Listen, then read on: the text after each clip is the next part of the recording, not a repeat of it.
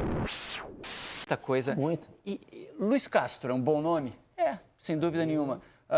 Você olha para o O Renato. Atlético Mineiro tentou negociar com o Luiz Castro agora. O Corinthians tentou também, né? Quando estava na dúvida. Não é fácil. Se... Eu acho que ele não quer vir para o Brasil, gente. Assim, a sensação que eu tenho é essa, que ele só vai vir para o Brasil no caso de realmente, como foi dito, vou te dar um projeto depoimento muito sólido. Ele deu entrevista aqui pra gente, no estúdio, veio até aqui. Eu estava presente nessa entrevista e eu lembro de ter perguntado para ele sobre se ele estava curtindo futebol. A pergunta clichê, né, de curtir o futebol brasileiro. Ele falou o seguinte: o dia que o Botafogo não me quiser, eu vou continuar no futebol brasileiro. Mas você lembra em que época que foi isso?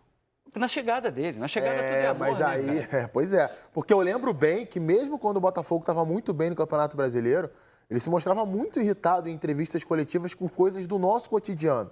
Calendário, viagens, problemas de relacionamento, de arbitragem que o clube tinha. O Luiz Castro, para mim, no futebol brasileiro, ele é um apartamento na planta também, gente. Eu também acho. Ele fez um trabalho no Botafogo, ok, de construção, pegou o início da SAF, era importante construir, aí fez aquele primeiro turno mágico. Acho que é tiro Mesmo certo. porque Saiu, o time começa a oscilar. O time também oscilou com ele, né? E aí ele vai pro Al Nassr com um investimento altíssimo, tanto que ele é demitido do Al Nassr. Ele largou o time, gente. Ele largou o time e foi embora, no meio do campeonato.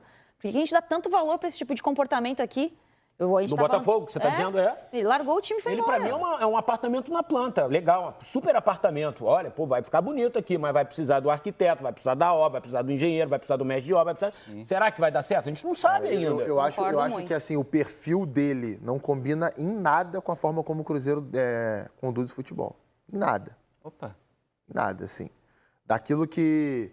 porque, assim, o Luiz Castro, eu já li muita coisa antes do Luiz Castro se tornar treinador do Shakhtar.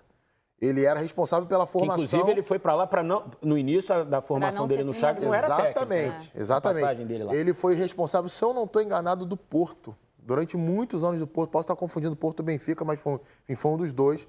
Durante muitos anos ele foi responsável pela formação, meio que um coordenador da base, desenvolveu métodos de treinamento, colocou no papel o treinamento, ele é um colocou no papel do futebol, exatamente. Ele vê o jogo de uma forma muito diferente dessa de tá aqui o jogador, eu quero o resultado amanhã. É isso aí, que eu acho que é o que o Cruzeiro pensa. É o que o Cruzeiro pensa. Sim. Ok. Não estou falando que está certo ou que está errado. O que eu estou dizendo é que são formas muito diferentes de enxergar o futebol. Você acha que vir para o futebol brasileiro é algo que inquieta ele também? Você tá eu acho que não mais.